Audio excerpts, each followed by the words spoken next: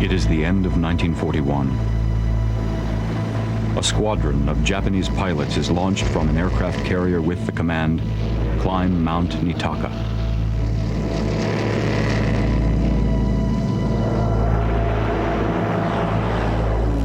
Sunday, December 7th, the infamous day that will drag the United States into World War II. The Japanese air raid on Pearl Harbor will present a devastating example of carrier air power and foreshadow the future of modern naval warfare. Ironically, the surprise attack of these advanced fighter aircraft was almost thwarted by an old mainstay of naval aviation. A PBY patrol flying boat spotted a Japanese submarine less than 2 miles off the entrance to Pearl Harbor, 1 hour and 24 minutes before the attack. Acting in accordance with standing orders, the pilot dropped a depth charge on the intruder and reported his actions to base commanders. Unfortunately, it was the old story of the boy who cried wolf. The message was skeptically received and seen as the latest of many false alarms. The rest, of course, is history.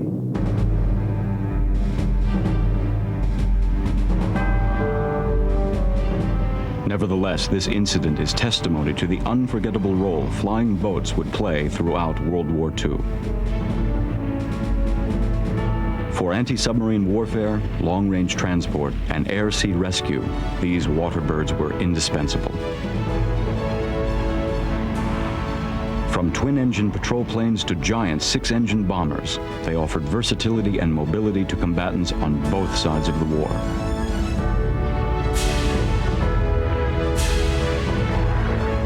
And to its crew, the flying boat offered a distinct way of life and duty unmatched by any other type of aircraft.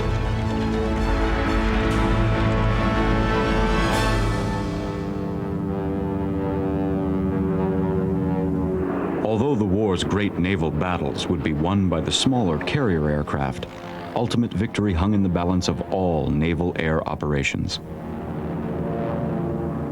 A partnership that owed its success to the first days of naval aviation, long before a carrier had even been built.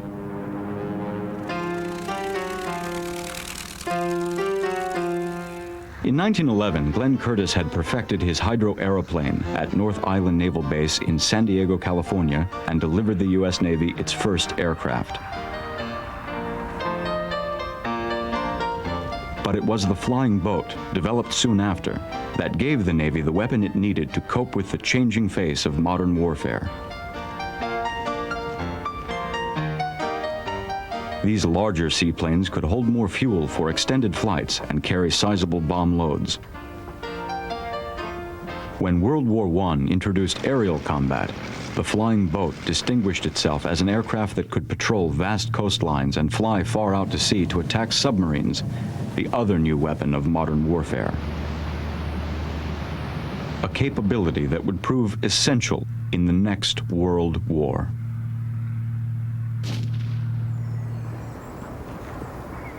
This is the U.S. Coast Guard Air Station in San Diego, California, just prior to World War II. Over the last 30 years, the flying boat has become the mainstay of both Coast Guard and Navy patrol. This Hall PH-3 has served the Navy and Coast Guard extremely well throughout the 1930s.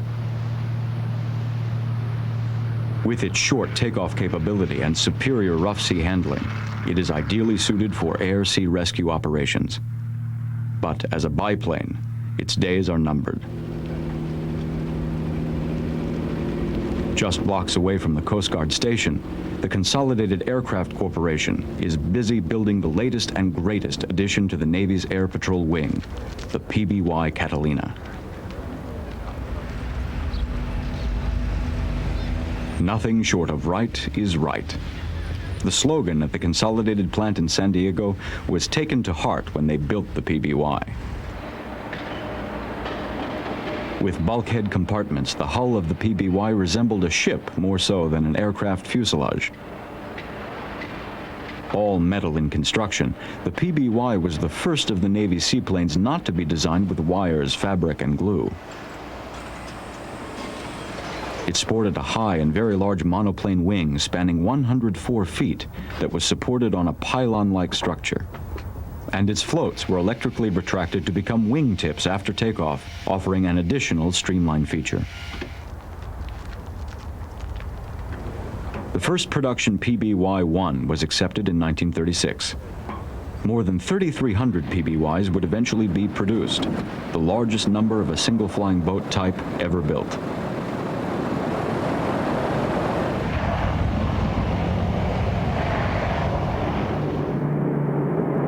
The PBY's maximum range far exceeded that of any other Navy plane, nearly 4,000 miles. For the first time, the Navy had an aircraft that could link the U.S. with its Pacific holdings and extend the defense perimeter far out to sea. Those who foresaw the coming of war considered this capability vital to America's security.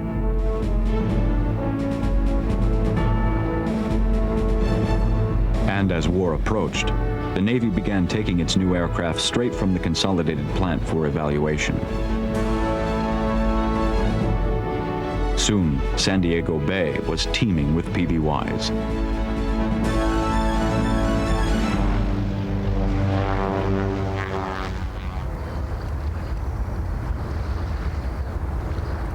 Today, San Diego Bay is still teeming with boats, but none have wings. In fact, today, there is not one flying boat serving in the U.S. Navy or Coast Guard. San Diego Bay has changed in 60 years.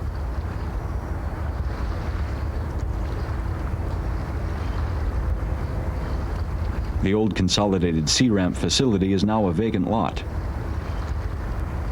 North Island Navy Base has evolved substantially since Glenn Curtiss first developed the flying boat.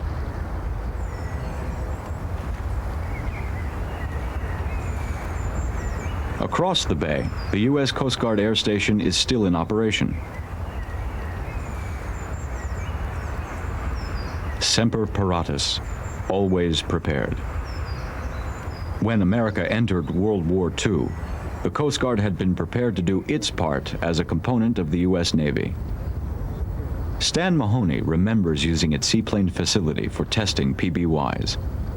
We used to taxi our PBYs, which were built right over here at Consolidated, taxi them right down here over this ramp and into the water because they were amphibians.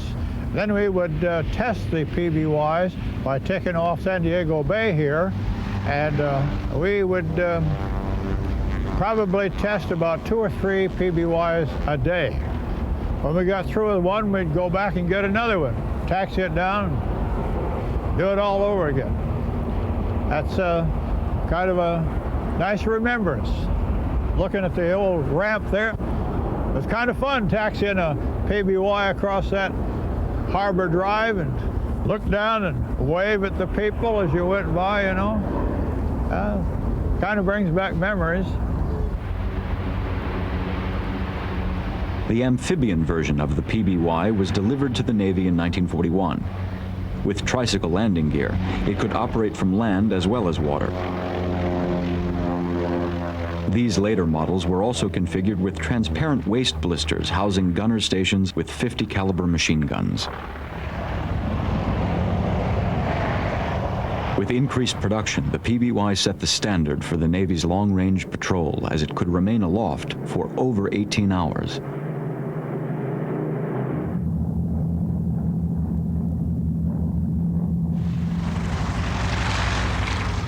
Meanwhile, Consolidated had been producing its next aircraft for the Navy, the PB-2Y Coronado.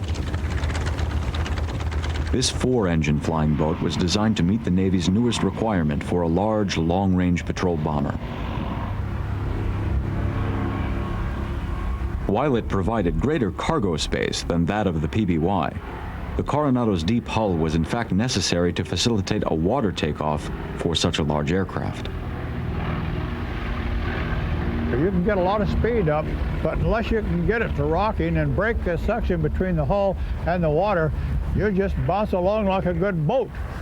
And it's when you get it broken loose, that's when you start picking up speed and get airborne. That's where the Coronado had it over the PBY, because they had this big square tube that went down and vented the step in the hull and give a little air in there to break the suction. That was a big help. Hydrodynamics were as important as aerodynamics, and in designing flying boats, many thought bigger was better. The 4-engine Coronado must have been an intimidating sight on San Diego Bay. It was kind of a worry to the people on the sailboats. If they ever got behind us, it was bad news. I remember one day was a couple of young girls in a sailboat, and they taxied up. They sailed their boat right up near us, and as we turned the Coronado around and to take off, we blew them over. And of course that was kind of fun, because we had to go and to get these two young girls out of the water and haul them aboard the Coronado and let them get dried off and right their boat. And they came out from North Island and picked them up. We'd have taken them along with us, but that wasn't allowed. By the end of the 1930s, war was imminent on both sides of the globe. In the middle stood an isolationist America, adamantly opposed to any foreign entanglements. As the Coronado went into production and the PBY promised a reliable patrol bomber, U.S. defense planners did the best they could to prepare for war, despite America's isolationist mood. And when war finally came, the flying boat proved both stalwart defender and ferocious attacker.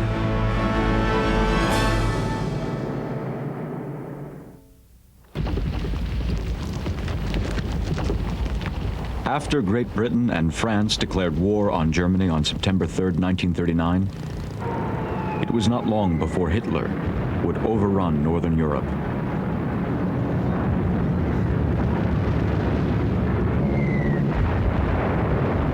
In less than 1 year, England would stand alone against Hitler's Luftwaffe.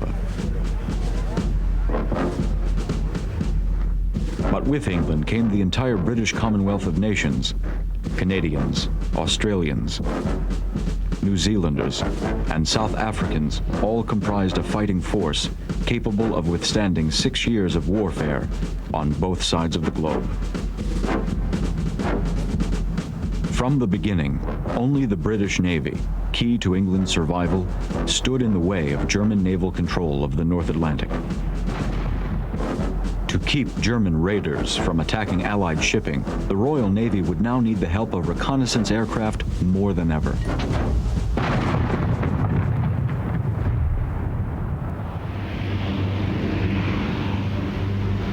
Impressed with the PBY's performance, the British had ordered 50 PBY-5s in 1939 and named them Catalinas.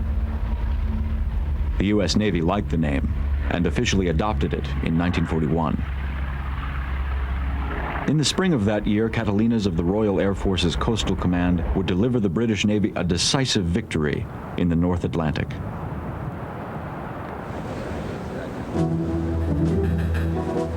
It is the end of May. The British Navy has been desperately searching for the 45,000-ton German battleship Bismarck, now at large in the North Atlantic. The Bismarck has already demolished one British battle cruiser and poses a serious threat to vital British convoys. RAF Catalinas join the hunt, and on May 26th, a PBY pilot sights the elusive Bismarck. As the Catalinas track the German raider, the British Navy closes in for the kill.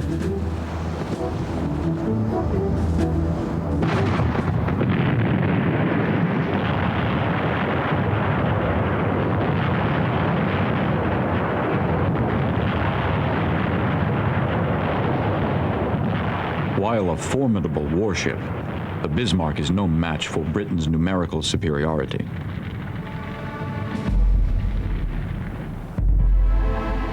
As she sinks to the bottom, so does Germany's hopes for maintaining a threatening surface navy.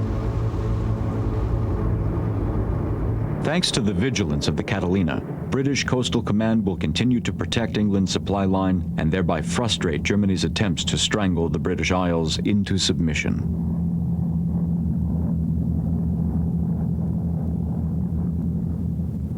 One of 3 major RAF operational commands, Coastal Command was charged with maritime reconnaissance. Perhaps no other aircraft epitomized Coastal Command during World War II more so than the Short Sunderland. Built by the Short Brothers Aircraft Company, the Sunderland was an anti-submarine and long-range patrol bomber. The Sunderland's design benefited from the success of its commercial predecessor, the Short S-23C class. Called Empire flying boats, they had enabled Imperial Airways to establish vital air links throughout the British Empire. Serving mostly on anti-submarine and long-range reconnaissance patrols, the 4-engine Sunderland was a sturdy and dependable workhorse for its 10-man crew. Vic Hodgkinson, a Sunderland skipper of the Royal Australian Air Force, served in the North Atlantic.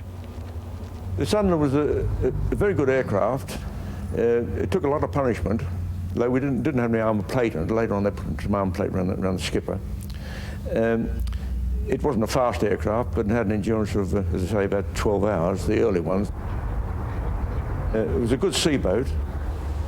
It was fairly manoeuvrable. For a slow airplane, it was quite manoeuvrable. Maneuverable and considerably armed, the Sunderland could withstand heavy onslaughts from German fighter aircraft, such that the Luftwaffe nicknamed it the Flying Porcupine.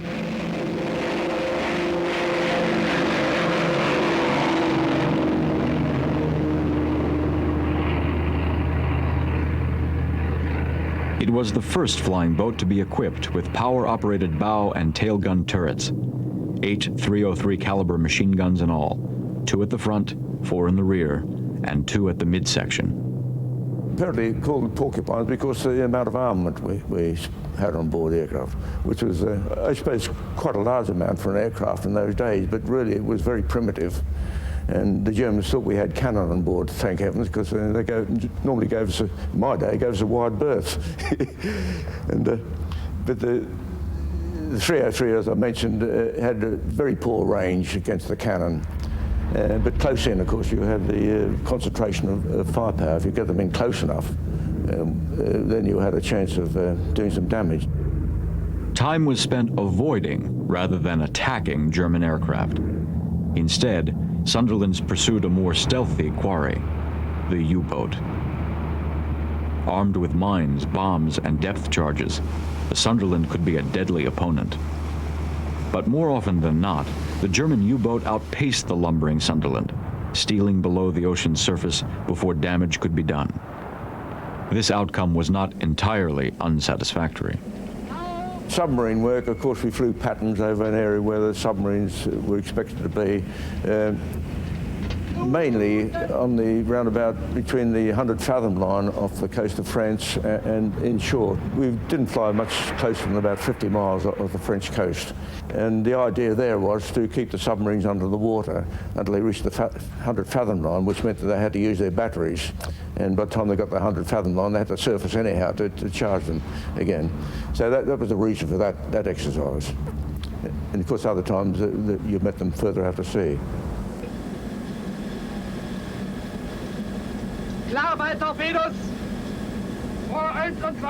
Although the element of surprise was the U-boat's strong point, it operated best not beneath, but above the water's surface. It could move faster and destroy ships with greater accuracy and firepower. British Prime Minister Winston Churchill once stated that the only thing that ever frightened him during the war was the U-boat threat.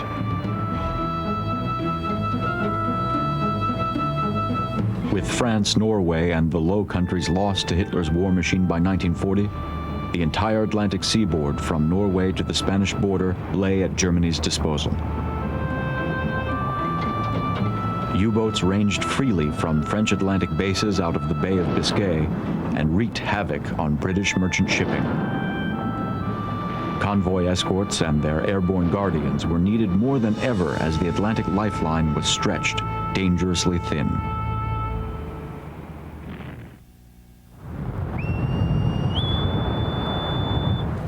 In August of 1941, just prior to America's entry into the war, President Franklin D. Roosevelt and Winston Churchill meet secretly on the USS Augusta to sign the Atlantic Charter, setting forth the aims of the war against Germany.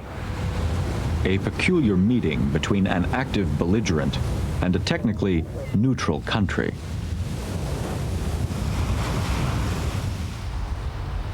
Under the Lend-Lease Act, the United States has agreed to extend Britain's credit for war supplies, practically committing America's industrial resources to the defeat of Germany. The neutral U.S. was teetering on the edge of war. All that was needed was one final push.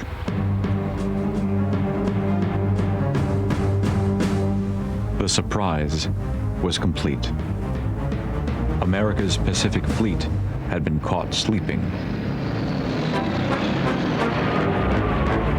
The Japanese attack on Pearl Harbor brought World War II, finally, to America's doorstep. All of America was in shock. In San Diego, one naval officer, like all Americans, felt barely prepared. Captain Frank DiLorenzo.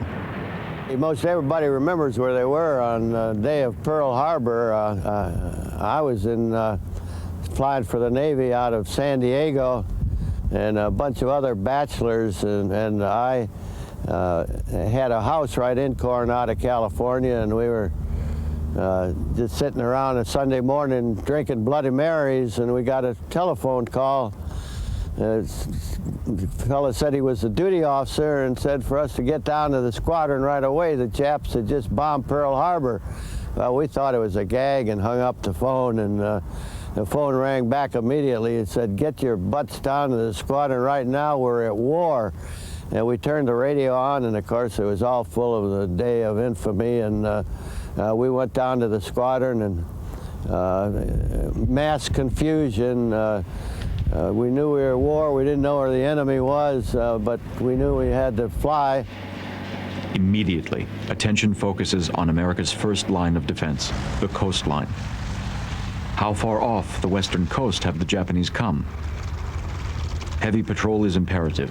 The Coronado is one of the first long-range patrol planes the Navy deploys to guard the vast Pacific coastline. And they put me in one of these Coronados and told me to go down to search the coast of Mexico. There was a probability, or at least there was a rumor, that the Japanese had an amphibious invasion force and were going to invade the coast of Mexico and then come on up into California.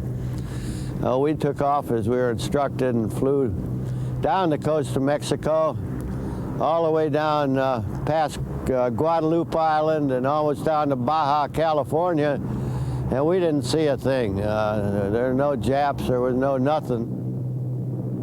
Although there never would be a Japanese invasion of America's coastline, the threat was there and the fear genuine. These large Sentinels and other flying boats of World War II became the eyes and ears of the fleet.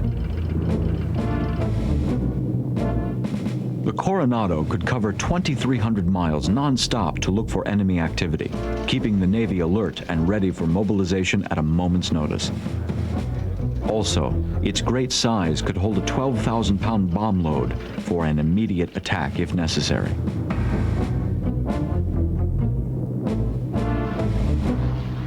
Additional duties included Navy personnel transport. Captain DiLorenzo once had the honor of flying Admiral Chester Nimitz to Pearl Harbor soon after the attack in order to take command of what was left of the Pacific Fleet. Over Pearl Harbor, we invited the Admiral up to the flight deck and asked him if he would like to look at the site of what the Japanese had done to our fleet, and of course he eagerly accepted. And we flew around and made 2 or 3 turns around Pearl Harbor and around Hickam Field so he could survey all of the damage. And he shook his head and clucked his tongue. It was really a sickening sight. The California was sunk. The Utah had completely turned turtle. Her keel was sticking right straight up in the air. The Arizona had settled as where she is today, and there was oil all over Pearl Harbor, around Ford Island, a couple of inches thick. It was one of the most sickening sights that I have ever seen, and it's been indelibleized in my mind.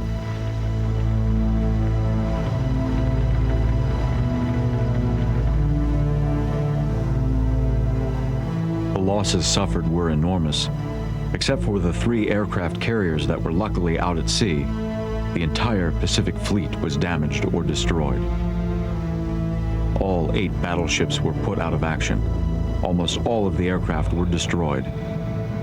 More than 2,400 Americans were killed.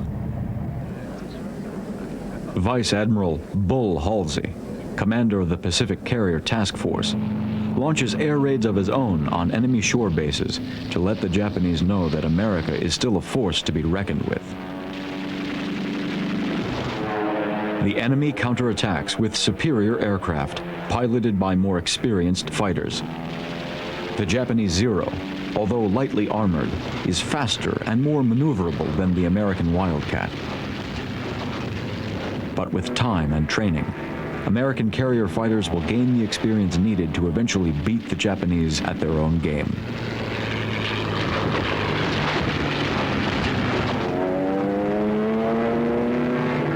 The age of the carrier aircraft has arrived.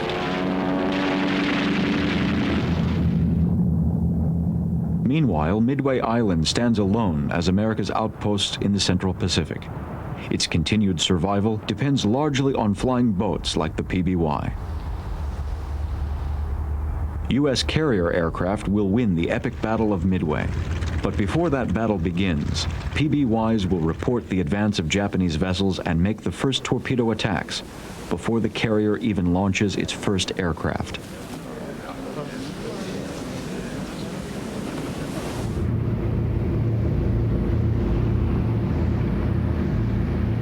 Not only military flying boats entered wartime service.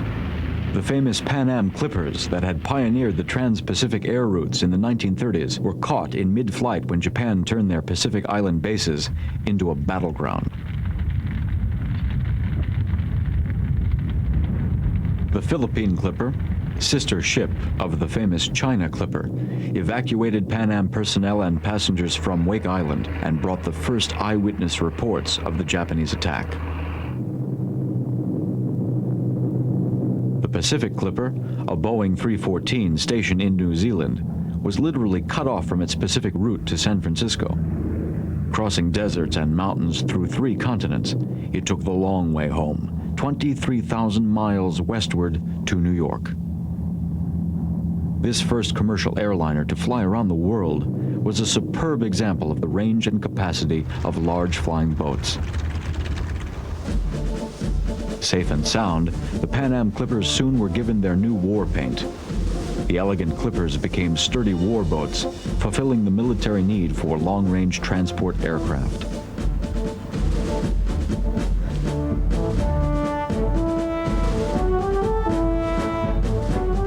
New naval recruits received special flying boat training from Pan Am crews. Celestial navigation and other skills were passed on by men who had over 5 years' experience at crossing oceans with flying boats.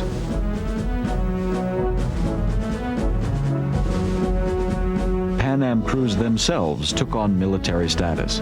Often they flew Navy flying boats, as well as their familiar Clippers. Their contribution would become an integral part of the Naval Air Transport Service, bringing precious supplies overseas with the speed of air power.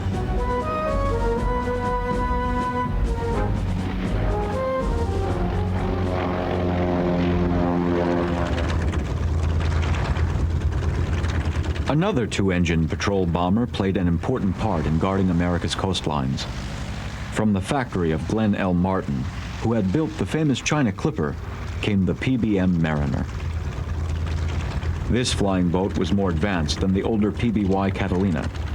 Its distinctive gull wing and more powerful engines produced a faster, stronger aircraft. The popular PBM-3 version joined the U.S. Navy in the spring of 1942 and served exclusively in the Atlantic against German submarines until late 1943. The PBM-3D patrol bomber was equipped with 8 50 caliber machine guns in power turrets at the nose, dorsal, and tail positions. Endowed with airborne radar, it had impressive search capabilities. With an 8,000-pound bomb load capacity, the Mariner effectively and consistently intercepted German U-boats preparing to raid America's Atlantic seaboard.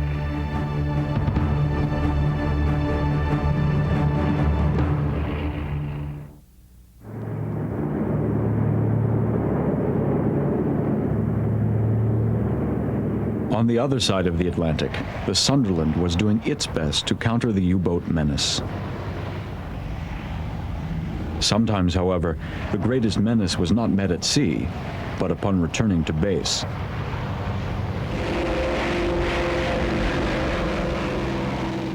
Captain Hugh Birch of the Royal Australian Air Force.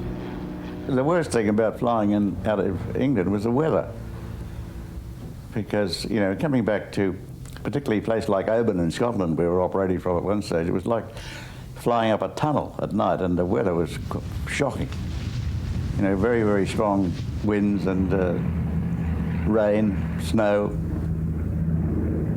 I think a lot of the younger Australian pilots lost their lives coming back to their base in England because they'd all been trained in very good weather here in Australia, you know, and some in Rhodesia and some in Canada where the weather was good. And a lot of them lost their lives before they even got onto a enemy raid. Target 3/4 mile, dead ahead. Okay, I can see it now. In the war between submarine and airplane, direct confrontation was more the exception than the rule. The greatest contribution maritime patrol gave to anti-submarine warfare was air deterrence. The number of U-boats actually sunk or damaged during the war is not high. They were, however, frequently forced to submerge far beneath the ocean's surface and thereby effectively deterred from attacking Allied shipping. When a direct attack could be made, as with this RAF Catalina, the effects were often lethal. The Catalina could hold 4 650-pound depth-charge bombs and, with a good hit, could seriously cripple or destroy an unlucky U-boat.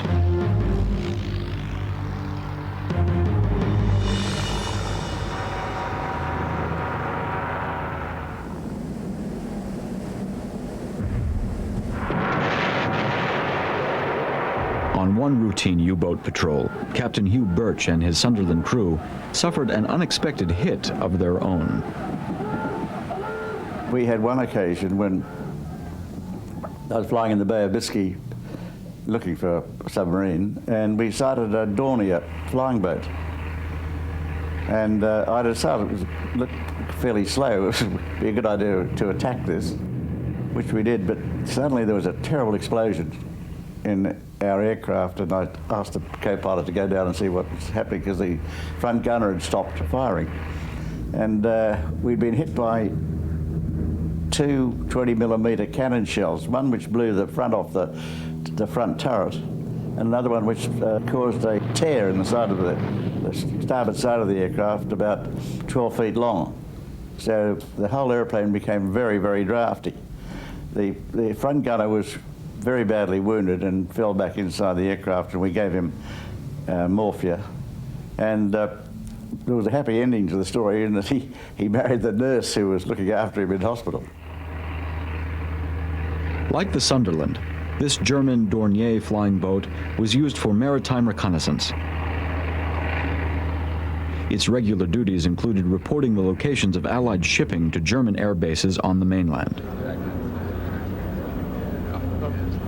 From there, land-based torpedo bombers would be sent to attack the convoy at sea.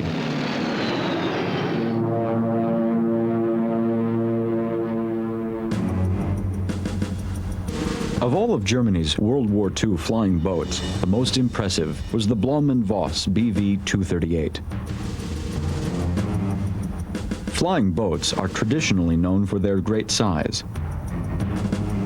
In this, the BV-238 clearly excelled. An engineer could easily fit inside its massive engine nacelles. Designed for long-range reconnaissance, bomber and armed transport roles, the BV-238 was the largest flying boat ever built during the war.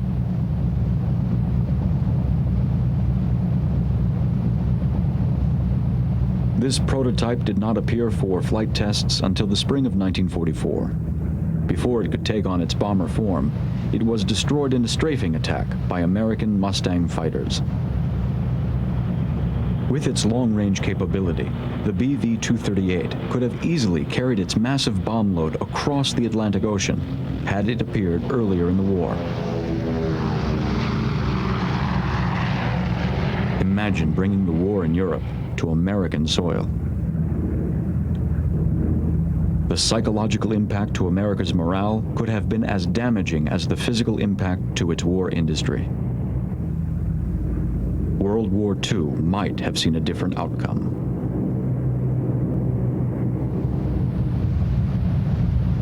One giant flying boat that the Luftwaffe did have at its disposal was the Blumenvoss BV-222 Viking.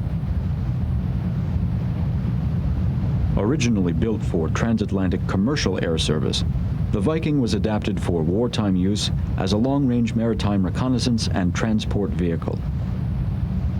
Although smaller than the BV-238, the six-engine Viking was the largest flying boat in production and service during World War II.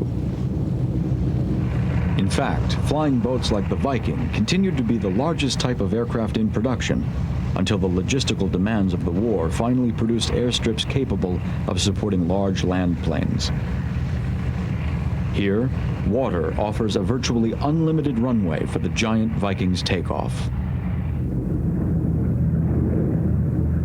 13 Vikings were built and served the Germans especially well, flying supplies and troops for use in North Africa.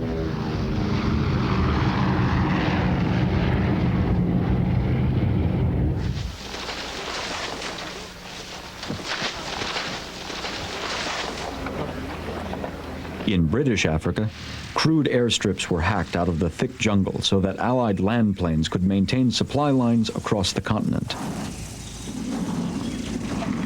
While in West Africa, a flying boat base had been built with arguably less effort. Sunderlands operated off coastal waters in part for anti-submarine patrol. But they also flew huge shipments of supplies to East Africa, including Alexandria and other British seaports. The versatile Sunderland was not alone in this air transport role. The U.S. Navy used its large flying boats, like this PBM Mariner, for specific duty under the Naval Air Transport Service. Every war has been influenced by logistics. Success in the battlefield always depends on the strength of supply lines. Although the majority of Allied war supplies were carried in ships, a small but vital portion was flown in aircraft. Many Coronados and PBM Mariners were configured for transporting high-priority items from manufacturers in the United States to needy forces overseas. From propeller blades to Band-Aids, or just mail from home, these big flying boats could carry it all to the most remote parts of the world.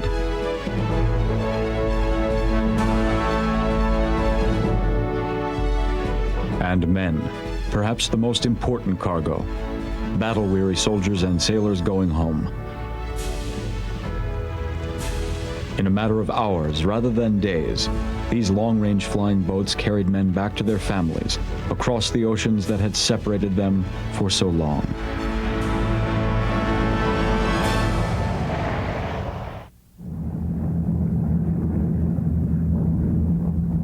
By the end of 1942, U.S. General Joseph Stilwell was busy combating the Japanese army in Southeast Asia.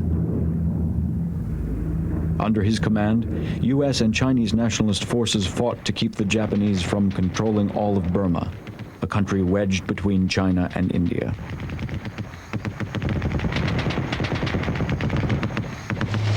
The thick jungle terrain was a logistical nightmare. Huge amounts of machinery and manpower were required to carve out roads and airfields, which were essential to keeping China well supplied. But if both the Japanese and the jungle were not enough of an obstacle, the weather was. The rainy season brought heavy monsoons that flooded rivers, rendering freshly built roads and airfields practically useless.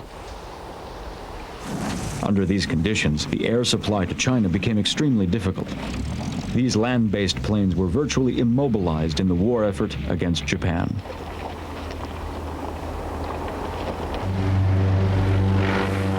Not so for their waterborne cousins. By mid-1943, the Allies had stemmed the Japanese tide in the Pacific, and with the air support of PBY Catalinas, they began taking back the islands they had lost. The nights were soon filled with the growl of black cats. The legendary PBYs painted coal black for camouflage in nighttime raids. As Allied forces chipped away at Japan's empire by day, the black cats moved with them, knocking out enemy airfields and supply lines by night. Operating from hastily prepared bases in hidden lagoons, these cats highlighted the merit of flying boats. Especially as the island-hopping campaign toward Japan progressed. The battles were long and hard. It took months of bloody fighting through the Solomon Islands before the Japanese were finally forced out of Guadalcanal. U.S. naval and marine forces fought for every island inch, but the Japanese continued to be resupplied by the infamous Tokyo Express, a supply line of warships and cargo vessels that stole through the night and refreshed beleaguered Japanese defenses. This is where the black cats made their mark. As daylight faded, the cats took off into the night. Armed with fresh rounds of ammunition and 4,000 pounds of torpedoes, bombs, or depth charges, they faced little opposition under the shroud of darkness.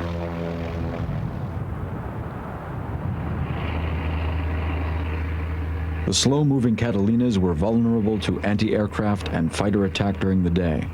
But at night, fitted with airborne radar, they were stealthy and aggressive hunters.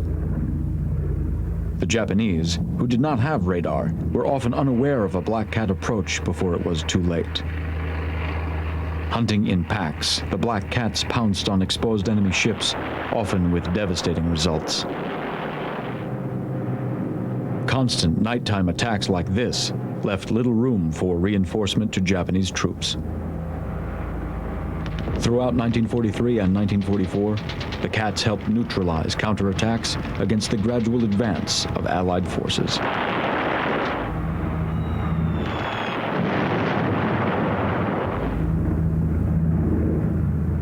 Many Marines owed much of their success to black cat operations.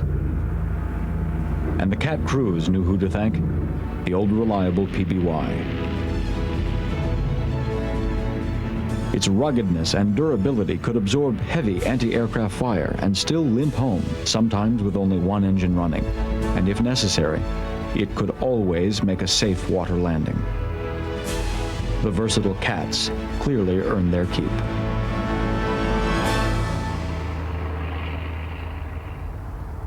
One of the most remarkable flying boats of the war was Japan's Kawanishi H-8K2, codenamed Emily by the Allies.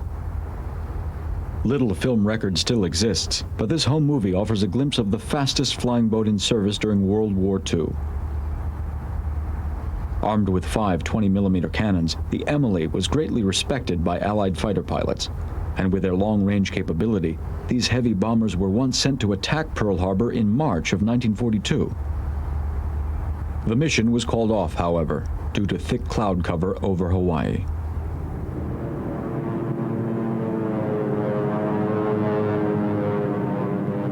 Three months following that abortive attack, Japan's chances for any further advance in the Central Pacific were destroyed at the Battle of Midway.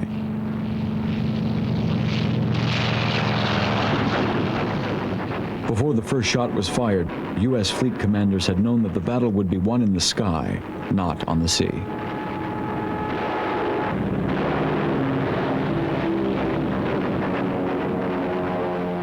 In the end, the U.S. Navy won its first decisive victory in which the aircraft carrier was the essential instrument. Over the next 3 years, the Carrier Task Force would lead the Allies to victory in the Pacific War. The writing was on the wall. The future of naval aviation lay with carrier air power. When these air battles were over, the less glamorous aircraft, the pioneers of naval aviation, had one last duty to perform: scour the watery battlefield for the hopeful survivor gone down in his plane.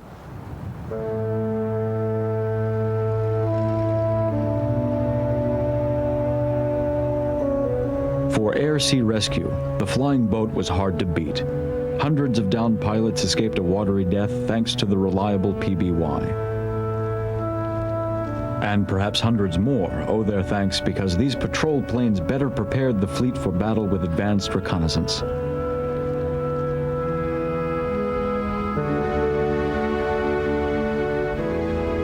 Flying boats would slowly fade away from naval aviation. But many lived to remember those ungainly waterbirds long after progress would forget them.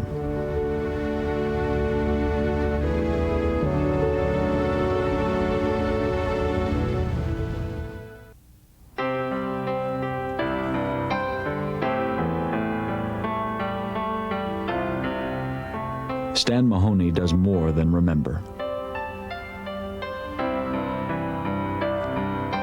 As a flight engineer on both the PBY and Coronado during the war, his affection for the flying boat surfaces in a variety of ways.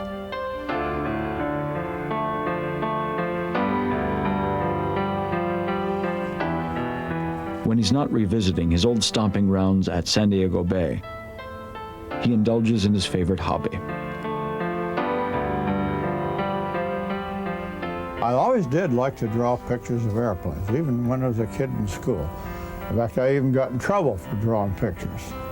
And so when I was in PSA, they used to tell me, why don't you draw those pictures when you retire and take them, sell them at the airlines, at the air shows. So that's how come I started drawing these airplane pictures, and they sell them at the air shows. And it's been a very enjoyable hobby. And I also like to write. I write all kinds of stories, and even wrote a book called I'm in Aviation Now. It's the whole story about all this kind of flying, illustrated by myself. This is a drawing I did of sort of an exploded view showing the interior of a PBY, starting off with your gun station up in the bow, and then the bombardier station you can see there, and the pilot stations inside. Then you come to the radioman on the right-hand side of the hull, and on this side in this picture is the navigator's station. And then you go through a bulkhead into the next compartment, and the flight engineer is up in his little cubicle above the hull, clear up above it, with a window on each side. That was really neat. Yeah, the window on the right next to your shoulder, and a window on the left next to your left shoulder. You could look out either way, but you couldn't look forward because all your instruments were right forward. Aft of that is the bunk room, and then aft of that, there's another bulkhead there. After that is the two blisters where the gunners were stationed with the .50 caliber guns. Then aft of that, there's another bulkhead. After that is a tunnel hatch, which could be opened, and there was a .30 caliber gun back there as well.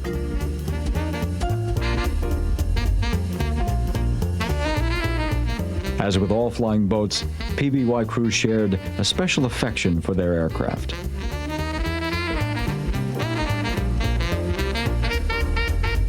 Part plane, part boat, its missions took them where no other aircraft could go. And life on board brought a feeling of being part of something unique. all flying boat pilots regarded themselves as a race apart. And we used to develop the myth of the flying boat crews. And as somebody once wrote to its crews, the Sunderland was much more than just a good machine. It represented a wholly distinct way of life. As with no other aircraft used by the Royal Air Force, it became war chariot, home, bed and board to the men who flew in it. A unique relationship between man and machine, firmly established from the very beginning, with its highly esoteric way of life and attitudes, the near-naval terminology in everyday speech, and by no means least, an extraordinarily close comradeship. Once airborne, a Sunderland was literally a self-contained war unit of men and machine with a breadth of possible situations and actions unknown to any land plane. So I think that's a fairly good description of the Flying Boat Union.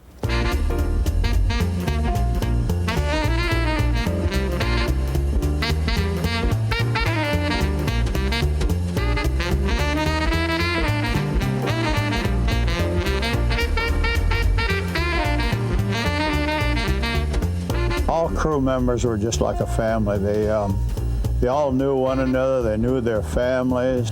They knew what their families at home were. And each member of the crew had specific duties, and some could do some things better than others. Like one guy could be a better cook, another could be better at grabbing the buoy. Maybe he could hang out there and grab the buoy better than someone else. And we all worked together.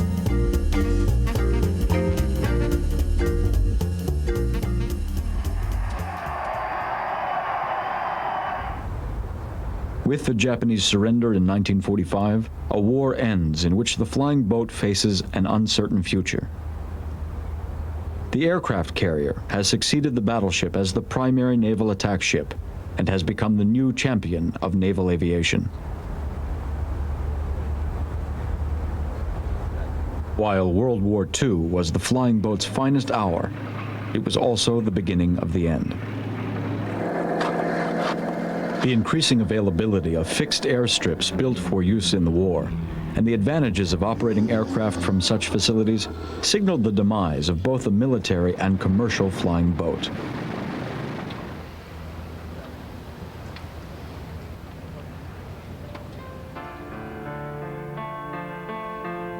"50 years later, the flying war boats are still flying, through the spirit and in the memories of the men who flew them."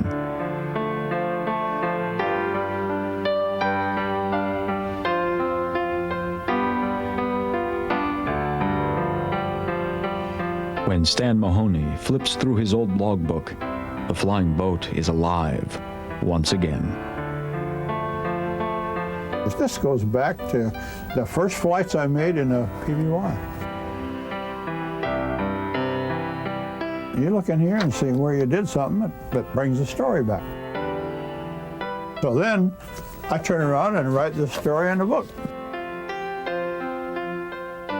It kind of helps you to enjoy life, see. After all, you know, I'm getting up there. See? I'm 82, so kind of keep me going.